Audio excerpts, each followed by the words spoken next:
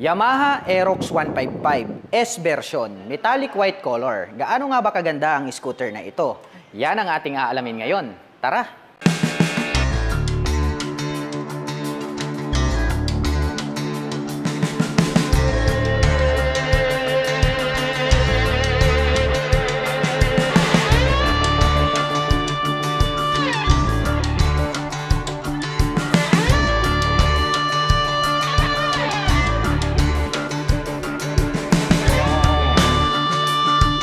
Very aggressive pala itong pagkakadesign nitong kanilang Yamaha Aerox 155. Dahil makikita natin pagdating po rito sa kanyang headlight design, no, para po siyang spider. Dahil nga po itong kanya pong daytime running light ay meron po rito sa taas hanggang rito po sa dulo. So nagkaroon po ng partition na hati po siya. So hindi po siya diretso. Well, para sa akin yun is para po siyang nagkaroon ng spider accent.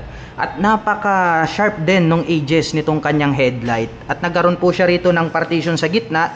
So nagkaroon po siya dyan ng high beam and low beam. And then napakaganda rin ng pagkakaroon niya rito ng base-shape design. So talagang very pointed yung kanyang nose dito sa harapan. At dito naman po sa gilid, no, napakatulis din kapag ating pinagmamasdan. Well, para sa akin napakalakas ng dating nitong kanilang metallic white na color. At dito naman sa taas may makikita tayo rito na Mio Aerox in gray color. At the same time nagkaroon ng gray na lining, dark gray, and then may lining po tayo rito na red. At mayroon pong nakalagay rito na S. Well, ito po yung kanilang ABS version. At sa baba naman po, mayroon po ditong decal na Yamaha. In gray color naman po siya. And then pagdating naman po rito sa gitna, naka-V-shape pa rin to. At the same time, yung color naman nito para po siyang nagkaroon ng touch ng carbon, which is matte black naman po siya. At sa gitna may makikita tayo rito na Yamaha logo. At pagdating naman po rito sa kanyang handlebar cover, yan o, pointed din. So napakaganda rin ang pagkakadesign nitong kanyang little cute na visor. So smoke type naman po siya.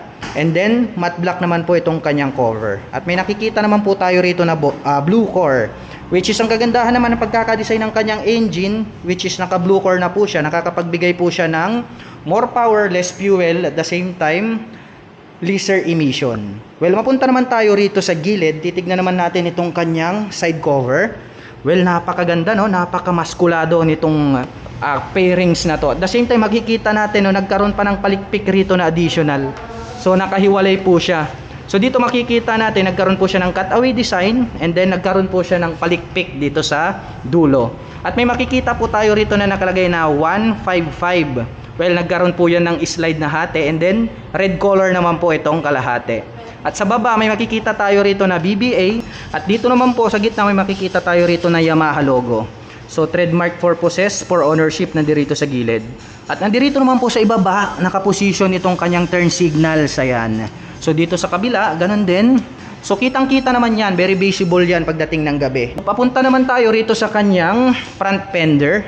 So ang ganda talaga ng kulay nitong kanilang metallic white, kasi nga very attractive siya. Well, dito makikita natin yung pagkaka-design is very pointed po siya, parang nagkaroon po siya ng sungay rito. At dito naman po sa harap, nakalagay po rito na Yamaha and silver color. At makikita natin may nakalagay po rito na decal na ABS. So ang advantage po ng scooter na ito ay meron na po siyang anti-lock braking system. So pagdating naman po sa mga sudden stop, hindi po maglalak itong kanyang preno. So maiiwasan po natin na madulas or mag-skid ito pong ating scooter, o di kaya magwabol itong kanyang manobela pagdating sa sudden stop. Dahil nga po itong ABS ay nakakapagbigay po siya ng smooth na braking power. Mapunta naman tayo dito sa kanyang stock na front suspension. Ito po ay equipped with traditional telescopic fork. So matte black naman po yung ginamit nila. Pagdating sa braking system, equipped naman po ito ng single rotor disc brake na bilog, along with single pot caliper na glossy black. Ang kulay naman po ng kanyang mags, glossy black lang din po siya. And then may nakalagay po rito na decal sa kanyang mags, may nakalagay na Aerox in white color, and then nagkaroon ng lining na red and then gray. At pagdating naman po sa sukat ng kanyang gulong dito sa harapan, ito po ay mayroong 110 by 80-14. So napakakapal po nitong kanyang stock tires, straight out from casa. So talagang pang city riding condition din yung kanyang dating. Well, mapunta tayo rito sa kanyang fully digital meter panel. Yun o, napakaganda ng kanyang pagkakaroon dito ng parang V-shape na design. At the same time sa ilalim mo, napaka-futuristic nung kanyang dating. At sa gitna may makikita po tayo rito na Yamaha logo. Pagdating naman po rito sa kanyang mga buttons, dito po sa kaliwa, nandirito itong kanyang high beam and low beam, ang kanyang turn signal selector at ang kanyang horn. At sa kabila naman po, nandirito itong kanyang auto stop start system, which is pwede po natin siyang i-off and then i-on. Ang advantage naman po niyan pagdating po sa mga traffic situation, o di kaya pag nag-stop po kayo sa mga stoplight, sa loob po ng 3 to 5 seconds ay agad pong mamamatay ang ating engine. Ang kagandahan naman po niyon ay nakakasave po tayo ng more fuel at the same time laser emission. So magandang features yan kasi nga po makakapag-save tayo ng fuel. At sa gitna naman nandirito itong kanyang hazard button at ang kanyang electric starter. Nandito naman po itong kanyang front brake at ang kanyang rear brake. At dito sa harap makikita natin may nakaumbok na bilog rito, equipped na rin po siya ng park brake lock. So pagdating naman po sa mga parking situation na mataas or mababa, hindi na po mag-i-slide or mag-i-skid ang ating scooter. Kasi nga po, mayroon na po tayong park brake lock. Well, mapunta naman tayo rito sa gitna, may makikita po tayo rito na Yamaha Motorcycle Connect. So tong model na to, tong 2024 Aerox natin na S version is mayroon pa po siyang Yamaha Y Connect. So ang advantage naman yan, pwede po nating i-connect itong ating scooter sa ating mga mobile phones para po makita natin yung mga internal problems, mga ganyan, last parking location, and then check engine or change oil. So yun po yung mga benefits na makukuha natin dyan. Well, dito naman po sa kanyang ignition, ito po ay equipped with keyless. Kaya kung inyong mapapansin, nandirito po itong kanyang navigation knob. At ang kagandahan niyan, included na rin po rito itong fuel button and then yung seat opener. At pagdating naman po rito sa kaliwa, nandirito naman tong door na to, susubukan nating i-press. Ayan, nagbukas, sukatin natin. Medyo mababaw lang mga ka-LM. Sobrang babaw lang talaga niya. Tapos pa-slide pa. So hindi tayo pwedeng maglagay ng barya dito, baka mahulog. Pero ang kagandahan naman nito mga ka-LM, may makikita po tayo rito na USB slot, which is pwede po tayo ritong maglagay ng USB car lighter. Well, ang kagandahan naman yan, ito pong ating Yamaha Aerox 155 ay ideal po for long rides purposes dahil mayroon na rin po siyang USB charging port na kung saan ay pwede po tayong mag-recharge ng ating mga mobile phones once po na na-drain ang ating battery. And then mapunta naman po tayo rito sa gitna, nandirito naman po itong kanyang fuel tip. So nandirito na po sa gitna itong location itong kanyang fuel tank. Well, ang kagandahan naman yan, once po na magpapagas tayo, hindi na po natin kailangang bumaba rito sa upuan dahil very accessible na po siya, nandirito siya sa gitna. So less hassle free na rin kapag ikaw ay magpapagas. Mapunta naman tayo rito sa kanyang footrest. Ayan o, napakaganda rin itong pagkakadesign ng kanyang footrest. So matte color naman, rubber type po yung cover na nilagay rito. Subukan natin sakyan para malaman natin kung maluwag. Ayan, spacious naman siya mga KLM. Saktong-sakto lang din. So maganda talaga to pang long rides driving. Well, baba muna tayo. Mapunta naman po tayo rito sa kanyang side cover. You know, very attractive.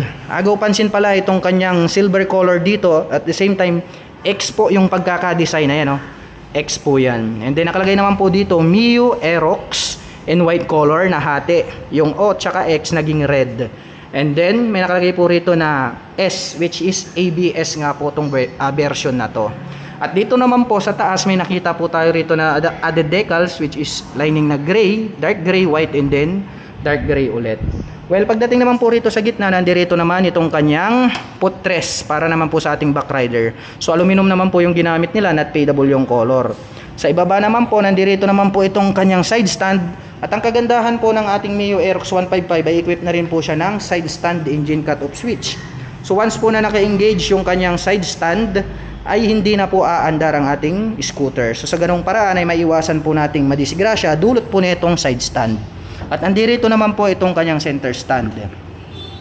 Pagdating naman po rito sa pagkakadesign nitong kanyang engine, ayan o, napaka-classic ng dating kasi matte black yung color. At the same time, napaka-futuristic. Nagkaroon ng 3 pins dito, and then may naka-intact naman po rito na Yamaha sa kanyang engine cover. At napakaganda rin nitong kanyang napakahabang air filter. Well, mapunta naman po tayo rito sa itaas. May makikita po tayo rito na decal na nakalagay is liquid cooled.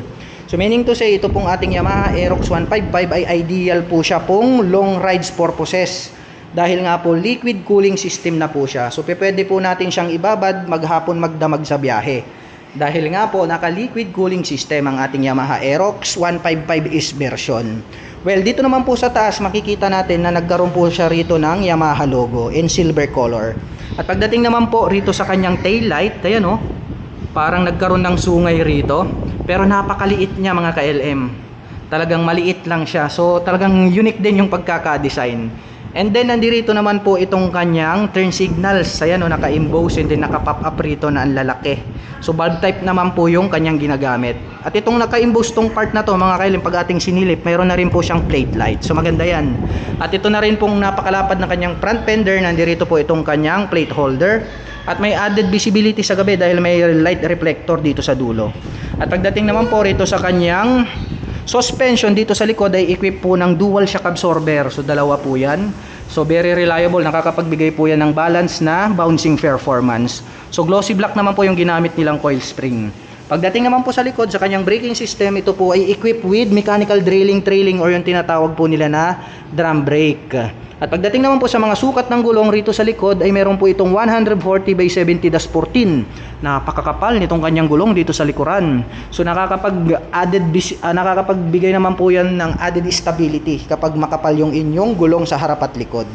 Well, pagdating naman po sa kanyang stock pipe, ayan, so napakaganda rin, no? Nagkaroon ng dalawang butas dito sa dulo and then matte black yung color. Ganon din naman po itong kanyang pipe. At nandito naman po itong kanyang radiator cover. So matte black naman po yung kanyang color. Well, napakaganda pala nitong kanilang Yamaha Mio Aerox 155 kasi nga napaka-aggressive nitong kanyang headlight design. Talagang naa-attract ako. Lalong-lalo na sa kanyang kulay na metallic white. Well, mapunta naman tayo dito sa kanyang upuan. Napakaganda ng pagkaka-design, no? Parang nagkaroon po siya rito ng puso. Ayan, so malapit na February 14, no? Saktong-sakto, pwedeng pangregalo sa inyong mga minamahal sa buhay. Pagdating naman po sa kanyang pagkakatahi, napakaganda rin, no? White color, no? Yung stitches, premium yung dating. Yung comfortability, napakalambot. Sa gitna may makikita tayo rito na Aerox na naka-intact. Well, sisilipin naman natin itong kanyang underseat compartment para malaman natin kung gaano nga ba ito kaluwag. Yun, ang luwag din, no? Talagang napakalalim. Kasyang-kasya rito yung isang full face helmet. At the same time, kung mahilig po kayong mag-travel, marami po tayo rito may i-stored na mga gamit. So, close na po natin. Ang ganda talaga, pati yung kanyang underseat compartment ay talagang napakaluwag. At ang atin pong Yamaha Mio Aerox 155 ay meron pong 790mm na seat height. Ngayon naman ay susubukan nating sakyan para malaman natin kung gaano nga ba ito kataas. Anyway, my height is just around 5'6". So, kitang-kita naman dyan sa ating camera, steep toe tayo.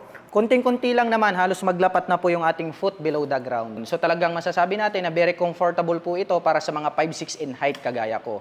Well, anyway, para doon naman sa mga kababayan natin na hindi naman masyadong katangkaran, nothing to worry about dahil pwede po kayong mag-adjust ng inyong front and then rear suspension. At pagdating naman po sa kanyang engine specifications, ang atin pong Yamaha Mio Aerox S version ay mayroon pong 155 cubic centimeter engine displacement. Naka single cylinder, single overhead cam, 4-stroke with 4 valve. At nakakapag-provide naman po ito ng maximum power na 11.3 kW at 8,000 RPM. Habang nakakapagbigay naman po ito ng maximum torque na 13.9 Nm at 6,500 RPM. At ang bigat po ng scooter na ito ay mayroong 124 kg. At ang presyo po ng ating pinakabagong Yamaha Mio Aerox S version ay nagkakahalaga po ng 146,000 pesos. At kung balak mo naman pong kumuha ng hulugan ay kailangan mo lang pong mag-down payment ng 26,800 pesos. At pagdating naman po sa kanyang monthly installment, ito po ay mayroong 6,632 pesos sa loob ng 3 taon. At para naman po sa mga kababayan natin na nakapanood ng video na ito at gustong maglabas ng pinakabago nilang Yamaha Aerox 155 S version, metallic white color, ay maaari nyo po silang puntahan dito po sa Yamaha 3S Shop, San Fabian, Pangasinan Branch. At ito po ang kanilang contact number na maaari nyong tawagan para po sa lahat ng inyong mga inquiries. At para naman po sa mga kababayan natin na balak magpunta rito, ang kanila pong operation time is starting 8:30 AM until 5:30 PM from Monday to Saturday.